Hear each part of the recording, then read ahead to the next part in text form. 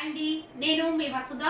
ఈరోజు చెప్పబోయే టిప్ అందరూ ఒకటి ఏమనుకుంటున్నారంటే హెయిర్ రఫ్గా ఉంటుంది, చాలా సాఫ్ట్గా ఉండట్లేదు, ఎక్కువ హెయిర్ ఫాల్ అవుతుంది అనుకుంటున్నారు.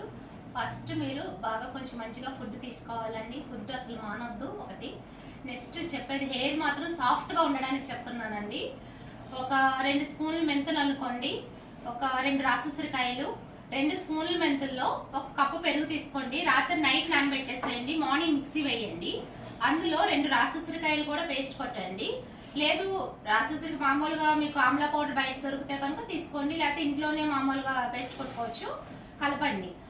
మందార ఆకులు, మందార పువ్వులు, ఒక ఎగ్ వైట్, 3 అంటే మామూలుగా ఏంటి పువ్వులు ఉంటాయి కదండి, పువ్వులు ఆకులు కూడా మిక్సీ కొట్టాలండి. ఇందులో పెరుగును మామూలుగా మెంతులు వేస్తున్నాం కదా, అందులో వేసి మామూలుగా మిక్సీలో వేసేసి పేస్ట్ కొట్టేయండి పెరుగుతో పాటుగా. తర్వాత నెక్స్ట్ ఎగ్ వైట్ వేసుకోండి. బాగా గోరువెచ్చని నూనె నూనె వేడి చేసుకొని గోరువెచ్చని ఆయిల్ బాగా స్కాల్ప్కి, హెయిర్కి, రూట్కి బాగా అప్లై చేయాలి.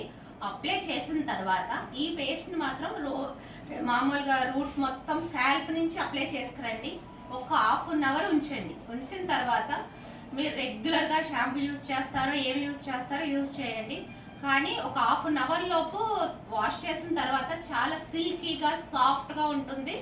మీరు ట్రై చేసి చూడండి, చాలా బాగుంటుంది. ఎవరైనా ట్రై చేయొచ్చండి. జెంట్స్, లేడీస్ ఇద్దరు ఎవరైనా ఇంట్లో అందరూ ట్రై చేయొచ్చు, చిన్న పెద్ద అందరూ కూడా. ఇది ప్యూర్ హెర్బలే కాబట్టి భయం ఉండదు, అందరూ అప్లై చేయొచ్చు. ఆయిల్ మాత్రం కంపల్సరీ గోరువెచ్చని ఆయిల్. ఎందుకు చెప్తున్నామంటే పోర్స్ ఓపెన్ అవుతాయండి దానివల్ల. అందుకని పోర్స్ ఓపెన్ అయిన తర్వాత ఇది అప్లై చేస్తే కనుక చాలా బాగుంటుంది. హెయిర్ ఫాల్ తగ్గుతుంది, హెయిర్ గ్రోత్ కూడా చాలా బాగుంటుంది.